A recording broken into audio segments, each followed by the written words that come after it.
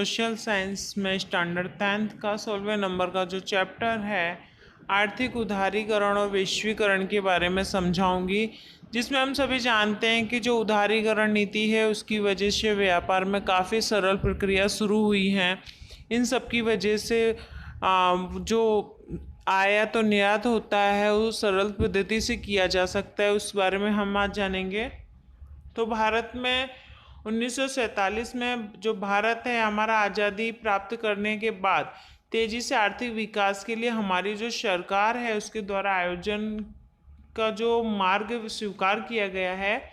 तो एक के बाद एक पंचवर्षीय जो योजनाओं के अमल द्वारा तीव्र आर्थिक विकास प्राप्त करने के कार्य हाथ में लिए गए हैं, जिसमें बताया गया है कि वित्तीय नीति और राजकोषीय नीति, इसके अलावा औद्योगिक नीतियों को समय समय पर घोषणा की गई, परंतु अनेक योजनाएं पूरी हुई तब तक सच्चे अर्थों में आर्थिक विकास साधने में सफलता नहीं मिली थी। और इन असफलताओं के कारण कुछ जांच की गई और जांच करने के बाद जो भूतकाल में यानी कि जो पहले के समय में जो भूलें की गई हैं उन भूल को सुधारने के लिए अलग अलग प्रकार की नीतियों का संचालन करने का निश्चय किया गया था, जिसमें 1991 की औद्योगिक नीति में आर्थिक विकास को एक पोषण बने और ऐसे आर्थिक सुधार किए गए जिसे हम उदारीकरण, निजीकरण और वैश्वीकरण नीति के रूप में पहचानते हैं।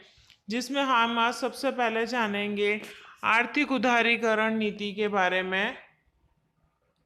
तो आर्थिक उदारीकरण नीति के बारे में हम जानेंगे, जिसमें हम जानते हैं कि सरकार जो है औद्योगिक नीति द्वारा निजी क्षेत्र पर, यानी ये कह सकते हैं कि औद्योगिक द्वारा जो निजी क्षेत्र होते हैं, निजी क्षेत्र पर अंकुश और नियंत्रण जो किए जाते हैं, तो उन अंकुश नियंत्रणों को कम किया जाए, विकास को प्रोत्साहित किया जाए।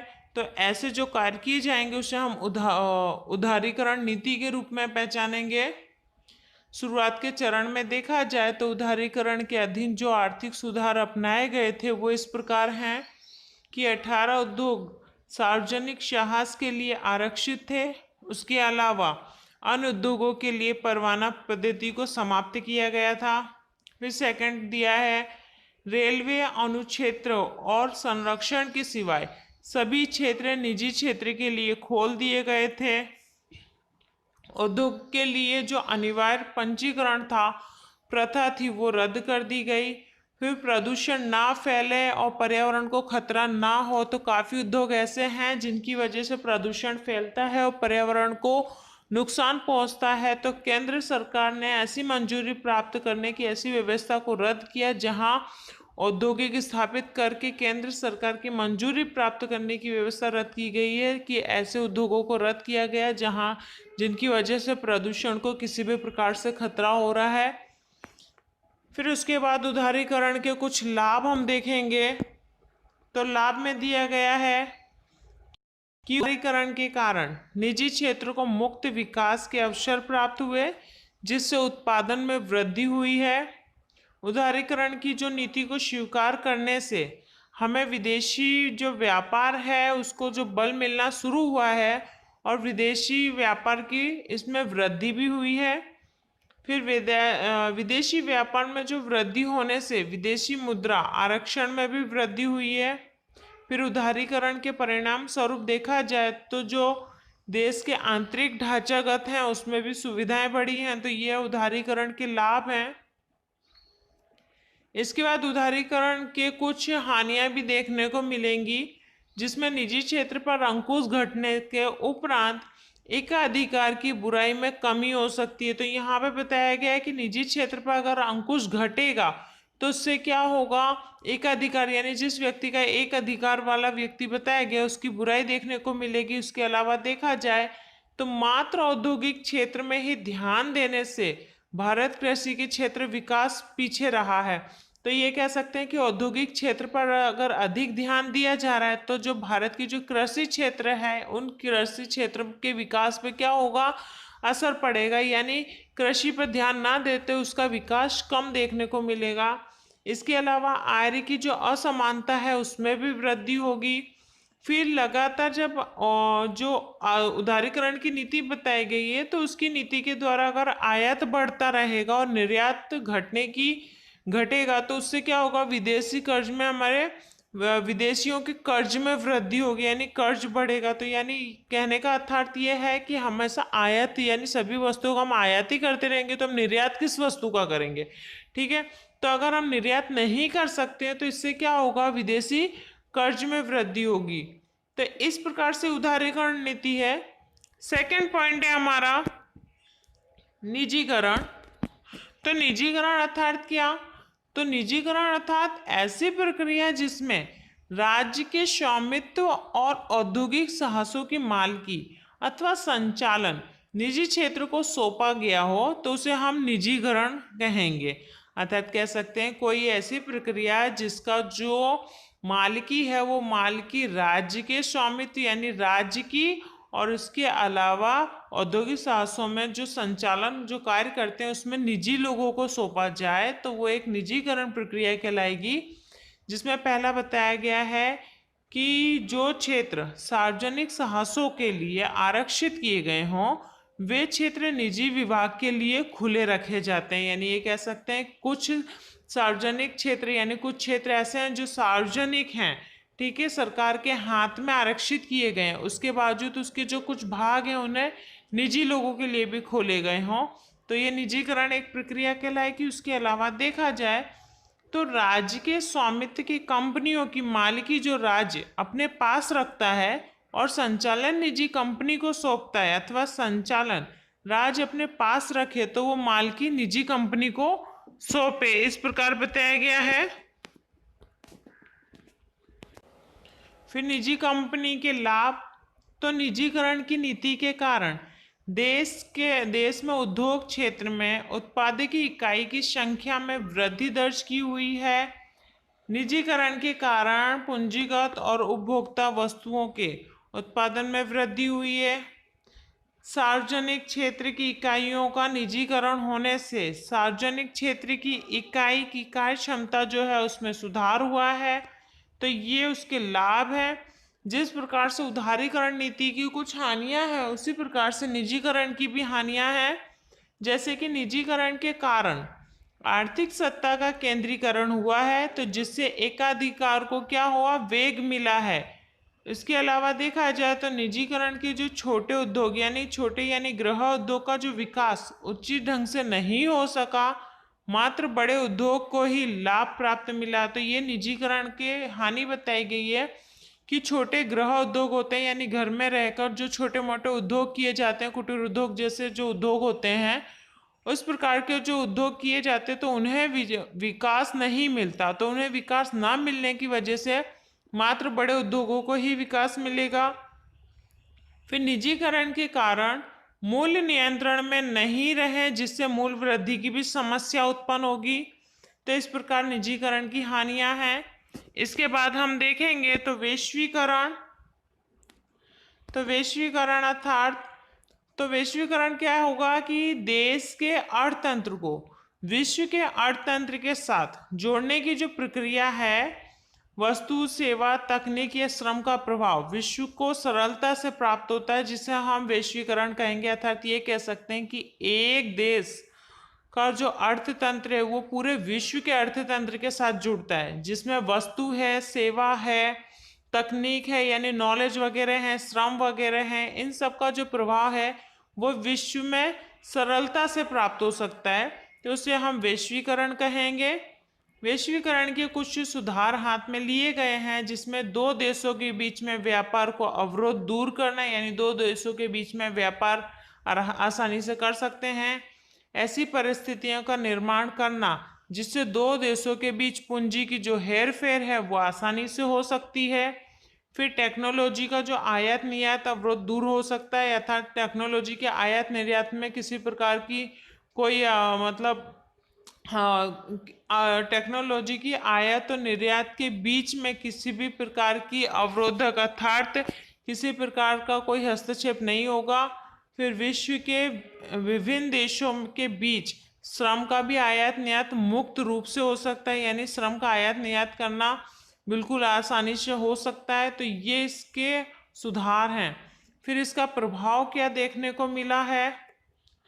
तो वैश्वीकरण का भारतीय अर्थतंत्र पर मिश्र प्रभाव पड़ा है। कुछ लाभ हुए हैं तो कुछ हानियां भी हुई हैं।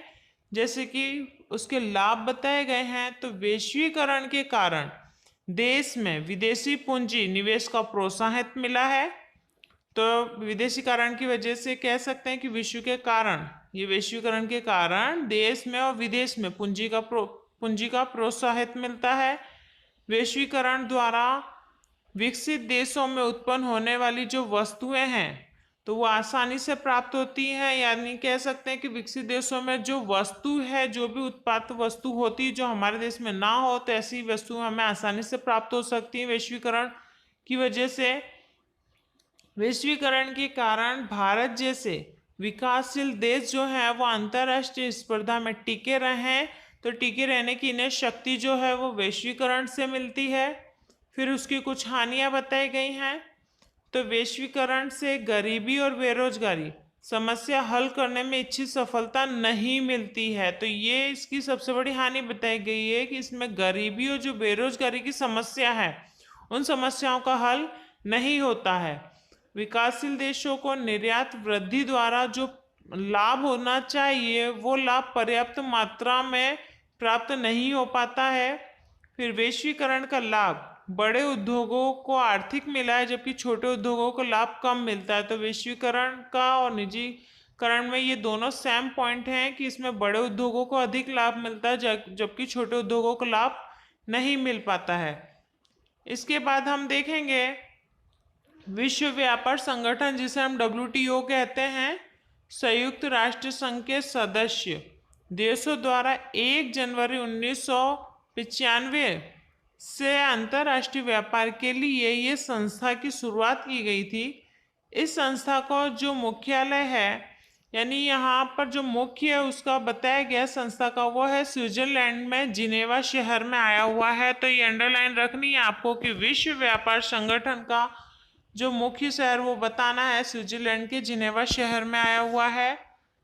इस संस्था का जो मुख्य उद्देश्य है वो है विश्व के देशों के बीच व्यापार के अवरोध को दूर करना। यानी विश्व में कोई भी अन्य दो देशों के बीच में अगर व्यापार होता है तो उसमें किसी भी प्रकार का अवरोध की अड़चन आती है तो उन अड़चनों को दूर करना है। विदेशी व्यापार के लिए देश के उद्योगों को दिया जाने वाला संरक्षण दूर किया जाएगा। इसके अलावा विदेशी व्यापार नीति और आर्थिक नीतियों के साथ संकलन साधा जाएगा। विश्व में उत्पन्न होने वाले जो व्यापारी झगड़े हैं उन झगड़ों का निवारण करना, तो ये सारे कार्य जो हैं ये WTO करता है, यानी विश्व व्यापार संगठन दिया है वो करता है। इसके जो कार्य हैं वो दिए गए हैं कि बहुराष्ट्रीय व्यापार और उससे जुड़े करारों के लिए आवश्यक ढांचे का निर्माण करके करारों को लागू करवाना होता है। फिर विश्व व्यापार संगठन जो है वो बहुराष्ट्रीय व्यापार के लिए जो हुई चर्चा विचारणा होती है, जो आपस में जो वार्ताएं होती हैं यानी बातें होती हैं, जिसे हम फोरम कहेंगे, यानी चर्चा के लिए जो स्थान, उसके लिए रूप में कार्य करना होता है। WTO भेदभाव के बिना अंतर्राष्ट्रीय व्यापार को प्रोत्साहित देता है, यानी किसी भी देश के प्रति ये पक्षपात नहीं करता है। तो इसलिए हम कहेंगे कि बिना भेदभाव के ये अंतर्राष्ट्रीय व्यापार को प्रोत्साहित करता है। भिन्न भिन्न देश में जो अपनी राष्ट्रीय नीति का अनुकरण करते हैं उनका अवलोकन करता है और आवश्यक उन्हें जो सुधार होते हैं उन सुधारों को सूचित करता है। फिर अगला पॉइंट है हमारा भारतीय अर्थतंत्र पर प्रभाव। तो इन सब चीज़ों का भारत के अर्थतंत्र पर क्या प्रभाव पड़ा उस बारे में हम जानेंगे। तो इस संस्था की स्थापना से समय ही भारत में संस्था का सदस्य, यानी ये कह सकते हैं इस संस्था की स्थापना के समय से ही ये भारत में एक प्रकार का सदस्य है। और इससे भारत की संस्था पर क्या प्रभाव पड़ेगा और भारत को किस प्रकार इससे लाभ मिलेंगे उस बारे में हम चर्चा करेंगे। तो यहाँ देखेंगे कि विश्व व्यापार में भारत का जो हिस्सा है वो 0.5% बताया था, मतलब पहले इतना था, लेकिन अंतर्राष्ट्रीय व्यापार में वृद्धि होने से हमारे निर्यात में भारी वृद्धि हुई, जिसके परिणाम स्वरूप विश्व व्यापार में भारत का हिस्सा बढ़कर 1% से भी अधिक हो गया। तो यहाँ पे ये चीज बताई गई है कि विश्व व्यापार जो भारत का हिस्सा बताया गया, तो भारत का हिस्सा पहले 0.5% था। इसके बाद जब ये आया यहाँ पे व्यापार संगठन बताया गया है, तो अंतरराष्ट्रीय व्यापार में वृद्धि हुई, यानी हमारा देश अनेक अन्य देशों से भी, यानी विश्व के किसी भी देश के साथ निर्यात करने लगा, यानी वस्तुओं को यहाँ से बेचा जाने लगा, जिसमें हमारे निर्यात में भारी यानी बहुत अधिक वृद्धि देखने को मिली। और वृद्धि देखने के स्वरूप विश्व व्यापार में भारत का हिस्सा 0.5 था, उससे बढ़कर 1% से भी अधिक हो गया। WTO के सदस्य रहने से हमारा जो तैयार वस्त्र है, वस्त्रों के निर्यात में वृद्धि हुई। तो हमारे भारत देश में जो तैयार वस्त्र होते हैं, उस तैयार वस्त्रों को निर्यात यानी बेचा जाता है, तो उसमें भी वृद्धि देखने को मिली WTO की वजह से ही। और WTO की जो सदस्य बनने से भारत ने अपनी कृषि उपजों में निर्यात में वृद्धि कर सकेगा। तो ये बताया गया है कि इसी की वजह से ये भारत का जो सदस्य बना है, तो भारत इसमें सदस्य बनने से कृषि यानी कि खेती के उपज यानी खेती का उत्पादन होता है, उसमें भी निर्यात करने में, उन वस्तु को भी निर्यात करने में आगे वृद्धि हो सकेगी। निर्यात में वृद्धि होने से आयात पर जो दबाव हल्का होगा और विदेशी मुद्रा में भी उससे वृद्धि होगी। तो आज विश्व व्यापार संगठन के साथ जुड़ने से सदस्य देश के रूप में भारत को उपयुक्त लाभ ही होंगे, पर साथ साथ कुछ शर्तों का पालन भारत को करना पड़ेगा। तो बताया गया है कि इसका सदस्य बनने से भारत को लाभ तो बहुत होंगे, लेकिन कुछ शर्तें हैं जिन शर्तों का पालन भारत को करना पड़ेगा। विशेषकर भारत अपनी आंतर ढांचागत सुविधाएं कितनी तेजी से बढ़ाता है और विकसित देश भारत के साथ कितना सहयोग करता है, ये बात उस पर आधारित है। तो ये बात कहा गया है कि अगर वो भारत देश जो है उसकी शर्तों का पालन करता है, तो वो अपनी जो आंतरिक जो सुविधाएं हैं, तो सुविधाएं मतलब भारत में बढ़ेंगी, तो उन सब चीज़ों से मतलब वस्तु का उत्पादन ज़्यादा होगा, तो वस्तु का निर्यात होगा, यानी वस्तु ज़्यादा उत्पादन होगा, अच्छी वस्तु होगी, निर्यात और वस्तु का उत्पादन अधिक होगा, तो विदेशी लोग हमारी वस्तु को खरीदेंगे। तो इसलिए कहा गया है कि भारत यानी किस प्रकार तेजी से सुविधाओं को बढ़ाता है और जो विकसित देश है वो किस तरह से भारत को सहयोग देता है, तो ये उस बात पर आधारित होगा। फिर हम देखेंगे स्थायी विकास।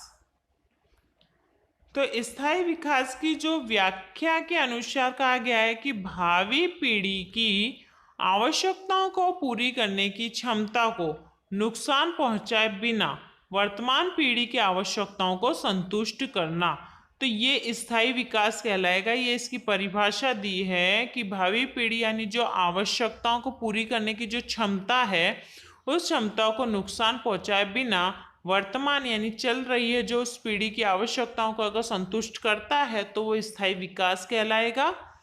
स्थायी विकास में पर्यावरणीय संसाधनों का जो अस्तित्व बनाए रखने के लिए एक बल दिया गया है। मानव सृष्टि के आसपास विकास सर्जित आवरण अर्थात पर्यावरण पर पड़े गंभीर प्रभाव के कारण स्थायी विकास का विचार विकसित हुआ है। आज की जो पीढ़ी है, तो आज की पीढ़ी ने जो विकास साधा है और तेजी से जो विकास साध रहा है, तो उसे भविष्य में टिकाए रखे ऐसा नहीं है।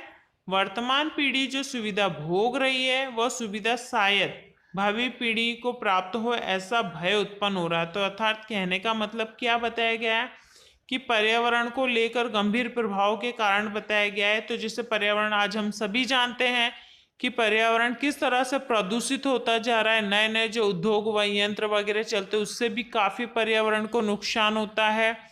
ठीक है, तो पर्यावरण का नुकसान होने से ये कहा गया है कि आज के समय की जो पीढ़ी है, जो पीढ़ी है वो विकास को साध रहा है, पर कह नहीं सकते कि आने वाले भविष्य में भी वो इस विकास को टिकाए रखेगा।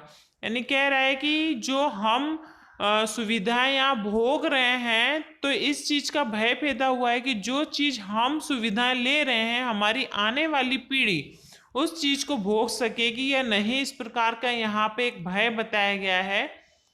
आर्थिक विकास के कारण जो प्राकृतिक संसाधनों का प्रमाण घटता जा रहा है तो उसकी जो गुणवत्ता में कमी होती है। तो इस परिस्थिति में विकास के विचार में परिवर्तन करना जरूरी है। आज का जो विकास है उसके कारण जो पर्यावरण पर प्रभाव पड़ रहे हैं वो स्थायी विकास के विचार के लिए एक अधीन किया जाता है। तो यहाँ ये बताने में समझाया जा रहा है कि आर्थिक विकास के कारण प्राकृतिक संसाधनों का प्रमाण काफी घटता जा रहा है, उसकी गुणवत्ता यानी उसके गुण भी बिल्कुल कम होते जा रहे हैं। तो ऐसी परिस्थिति के लिए विकास के लिए हमें विचार करना बहुत ही जरूरी है। प्राकृतिक साधनों का संरक्षण तथा संवर्धन करने के लिए व्यूह रचना अपनानी चाहिए। तो उस बारे में बताया कि सबसे पहले पॉइंट दिया है कि पुनः उपयोग में, तो पुनः उपयोग में ली जा सके ऐसे प्राकृतिक संसाधन जैसे कि कृषि लायक जमीन, वन, जंगल संपत्ति आदि उपयोग उनकी गुणवत्ता बनी रहे। तो इस तरह करना चाहिए जो प्राकृतिक संसाधन एक ही बार उपयोग में लिया जा सके, ऐसे जैसे कि कोयला है, पेट्रोलियम है, खनिज आदि है, तो इसका समझदारी पूर्वक इसका उपयोग करना चाहिए। तो पहला पॉइंट ये बताया गया कि पुनः उपयोग में यानी दोबारा उपयोग में ली जा सके ऐसे प्राकृतिक संसाधन का उपयोग करना, जैसे कि जो जमीन लायक जमीन हो यानी कृषि लायक जमीन हो तो ऐसी जमीनों का दुरुपयोग ना करें। यानी कई बार क्या होता है कि हम लोग उद्योगों के लिए जो जमीन है, उद्योगों के लिए जमीन जो लेते हैं तो कई बार हम उपजाऊ जमीन पर उद्योग खड़ा कर देते हैं। तो उससे क्या होता है, तो इस प्रकार की जो जमीन और कई प्रकार की जो खराब जमीन पड़ी होती है वो जमीनें बेकार ही पड़ी रहती हैं। तो यानी जो कृषि के लायक अगर लायक जमीन है तो हमें उसका उपयोग कृषि के लिए करना चाहिए, वहाँ उद्योग वगैरह नहीं खड़े करने चाहिए। फिर वन है, जल संपत्ति, इन सब चीज़ों का हमें ध्यान रखना चाहिए, उसकी गुणवत्ता बनी रहे, इस प्रकार से हमें उसका उपयोग लेना चाहिए। और जिन संसाधन है प्राकृतिक संसाधन जैसे कि हम सभी जानते हैं खनिज वगैरह है, जल है, तो ये सब जो संसाधन हैं तो इसमें जो खनिज वगैरह बताई गई जैसे कोयला है, पेट्रोलियम है, तो ये सब जो संसाधन है इन्हें हम दोबारा उपयोग में नहीं ले जा सकते हैं। तो इसलिए इन जो संसाधनों का हमें उपयोग करना चाहिए तो विवेकपूर्ण और समझदारी से करना चाहिए। भी परिवहन खर्च कम हो, इस तरह उद्योगों का स्थान निश्चित करना और वाहनों में तथा उद्योगों में पर्यावरण मित्र टेक्नोलॉजी का उपयोग बढ़े, इस तरह से हमें प्रयास करने चाहिए। फिर जिन साधनों को एक से अधिक उपयोग में लिया जा सके उसका हमें अधिक उपयोग करना चाहिए। यानी कुछ ऐसे साधन होते हैं जिसका हम एक बार उपयोग करने के बाद उसे कई जगह उपयोग कर सकते हैं, तो ऐसे साधनों का हमें उपयोग अधिक करना चाहिए। और जैसे कि सिंचाई योजना एक से अधिक उपयोग हम ले सकते हैं, उदाहरण जैसे बिजली उत्पादन है, बाढ़ नियंत्रण के लिए है, परिवहन के लिए, तो इन सब चीज़ों के लिए ये बार बार उपयोग में ले सकते हैं। फिर प्राकृतिक साधनों का दुरुपयोग ना हो, औद्योगिक कचरों का बिन आयोजित निकाल, जहरी रसायन बढ़ती गंदी बस्तियां रोकने का आदि नियंत्रण कार्य करना। तो ये सब चीज़ों पर नियंत्रण करना, जैसे कि प्राकृतिक संसाधनों का उपयोग दुरुपयोग ना हो, जैसे कि खनिज वगैरह है, पेट्रोल वगैरह, हम छोटी छोटी चीज़ों के लिए गाड़ी लेके चल देते हैं, तो ये क्या है, एक प्रकार से पेट्रोल का नुकसान ही है। तो हमें मतलब इन सब चीज़ों का विवेकपूर्ण उपयोग करना चाहिए। पानी भी हम लोग अंधाधुंध पानी खर्च कर रहे हैं, तो मतलब इन सब चीज़ों का मतलब कहा गया है कि आवश्यकता अनुसार आप उसका उपयोग करें। फिर जो औद्योगिक कचरे होते हैं तो उसका निकाल करें। औद्योगिक कचरे जैसे कि रासायनिक रंग वगैरह होते हैं तो इससे हम क्या करते हैं, खुली जमीन पे छोड़ देते हैं, अर्थात हम लोग इसे नदियों में डाल देते हैं। तो इससे क्या होता है, जमीन का और जल का प्रदूषण होता है। तो हमें इन सब चीज़ों को व्यवस्थित निकाल करना चाहिए। तो और जो गंदी बस्तियां हैं उन सब पर हमें नियंत्रण करना चाहिए, इस प्रकार हमें कार्य करने चाहिए। फिर उत्पादन के सभी क्षेत्रों में और पवन ऊर्जा जैसे गैस हैं वो परमाणु ऊर्जा स्रोत का उपयोग हमें बढ़ाने पे हमें बल देना चाहिए। अब है पर्यावरण की सुरक्षा के लिए उपाय। तो पर्यावरण की सुरक्षा हेतु स्वीडन के स्टॉकहोम शहर में 1972 में पहली बार पृथ्वी परिषद की योजना हुई थी। उसके बाद समय समय पर वैश्विक स्तर पर पर्यावरण संबंधित भिन्न भिन्न अनेक सम्मेलन और शिविरों का आयोजन हुआ। उसमें पर्यावरण की सुरक्षा के लिए अनेक उपाय निश्चित किए गए थे, जो बताए गए हैं कि भारत में इन वैश्विक उपायों को शामिल हैं। राष्ट्रीय स्तर पर पर्यावरण जागृत करने के लिए सरकार विभिन्न प्रकार के प्रयास कर रहा है। जैसे कि पहले नंबर पर बताया गया है कि देश के मुख्य शहरों में प्रदूषण की जानकारी दी जाती है। तो यानी देश के जो मुख्य शहर हैं जहाँ प्रदूषण अधिक फैल रहा है, तो प्रदूषण को नियंत्रण में लाने के लिए जानकारी दी जाती है। प्रदूषण पर नियंत्रण रखने के लिए जो केंद्र तथा राज्य में प्रदूषण नियंत्रण बोर्ड की स्थापना की गई है। फिर विश्व में 5 जून को पर्यावरण दिवस के रूप में भी घोषित किया गया है। 1981 में भारत सरकार ने वायु प्रदूषण नियंत्रण धारा पास किया है। ओजोन स्तर में छिद्र, परमाणु कचरे का निकाल और जैविक विविधताएं बनाए रखने के लिए वैश्विक समझौते किए गए हैं। तो इस प्रकार से काफ़ी प्रयास किए गए हैं पर्यावरण जागृति के लिए। इस प्रकार से प्रयास किए गए हैं। तो इस प्रकार पर्यावरण की जवाबदारी हम सबकी है कि उसे प्रदूषण ना हो, प्रदूषण को हम नियंत्रण में रखें। वह समय दूर नहीं है जब पृथ्वी पर एक समग्र जीव भी नष्ट हो जाएगा। तो इसलिए हमें क्या करना चाहिए, प्रदूषण नियंत्रण में रहे उसका ख्याल रखना चाहिए। प्राकृतिक जो संसाधन हैं उनका व्यवस्थित पूर्ण उपयोग में लेना चाहिए। प्रदूषण ना फैले, ऐसी चीज़ ना करें मतलब कि प्रदूषण फैले। जैसे कि जो उद्योग वगैरह हैं उसमें हम जो कचरे का निकाल करते हैं, उस कचरे का निकाल ऐसे करें कि खुली ज़मीन पर ना छोड़ें, या फिर जो शुद्ध पानी है नदी वगैरह है उसमें ना डालें। तो इस प्रकार इन सब चीज़ों का हमें ध्यान रखना चाहिए। पेट्रोल डीजल का हम विवेकपूर्ण उपयोग करें, इन चीज़ों का हमें ध्यान रखना चाहिए। गाड़ी में हम समय समय पर उसकी मरम्मत करवाएं, उसमें सीएनजी का वाहन में उपयोग करें। तो इन सब चीज़ों का हमें ध्यान में रखते हुए हमें पर्यावरण प्रदूषण को हम खतरे से बचा सकते हैं, प्रदूषण से बचा सकते हैं। तो इस प्रकार हमें ध्यान रखना चाहिए। तो इस प्रकार से ये आपका चैप्टर पूरा हुआ।